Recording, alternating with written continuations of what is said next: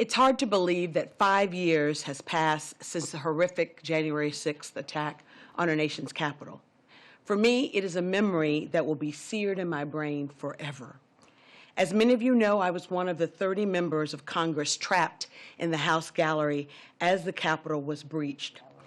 If I close my eyes, I can still hear the thundering sound of the mob and the pounding of the door of the House chamber.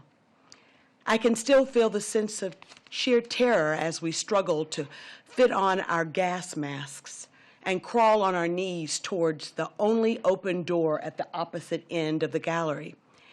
As I sat huddled with my colleagues, I remember trembling and softly weeping, not just for our safety, but for the devastating threat to our democracy.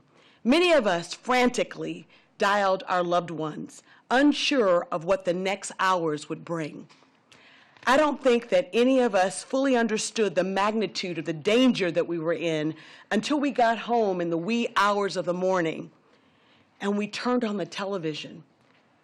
Never in my wildest dreams would I have imagined what I saw. The images of rioters waving Confederate flags, smashing windows, assaulting police officers, and threatening to kill members of Congress and even the sitting vice president. What we saw on January 6th was an attempted coup. It was an effort to subvert the will of the American people and overturn the results of a free and fair election. It was incumbent upon all of us to condemn the violence that we witnessed and those who waged it. There are moments throughout history that have tested us as a nation.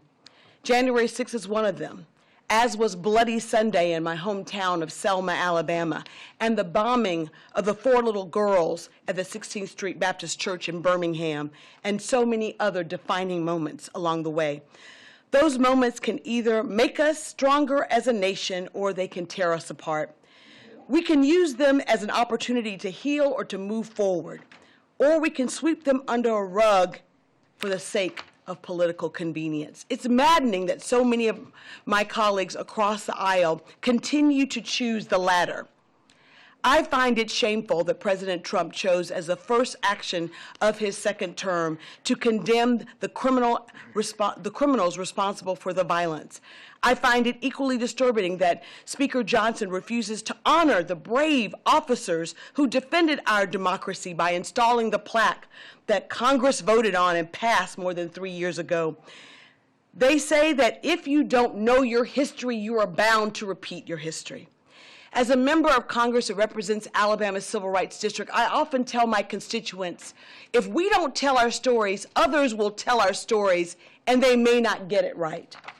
I am grateful to Leader Jeffries, Chairman Benny Thompson, for giving us this opportunity to tell our story and to shine a light on the horrific events of January 6th.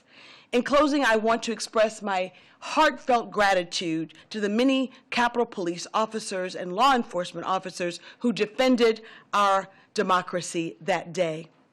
I also want to thank my fellow gallery colleagues, as we call ourselves.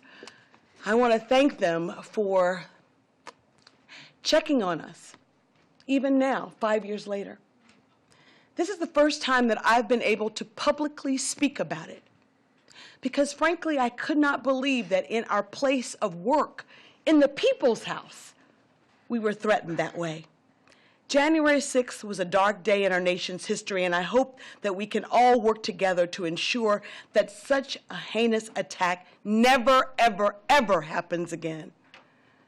I want to thank all of you for being here today, and I want to thank my fellow gallery colleagues for your courage. Thank you. Wait just a second. We have one more thing to share. We want to say a heartfelt thank you for watching and supporting PBS News. Without you, we simply wouldn't be able to provide the news and the information that you trust. So thank you from everybody here at PBS News. Support journalism you trust. Support PBS News. Donate now, or even better, start a monthly contribution today.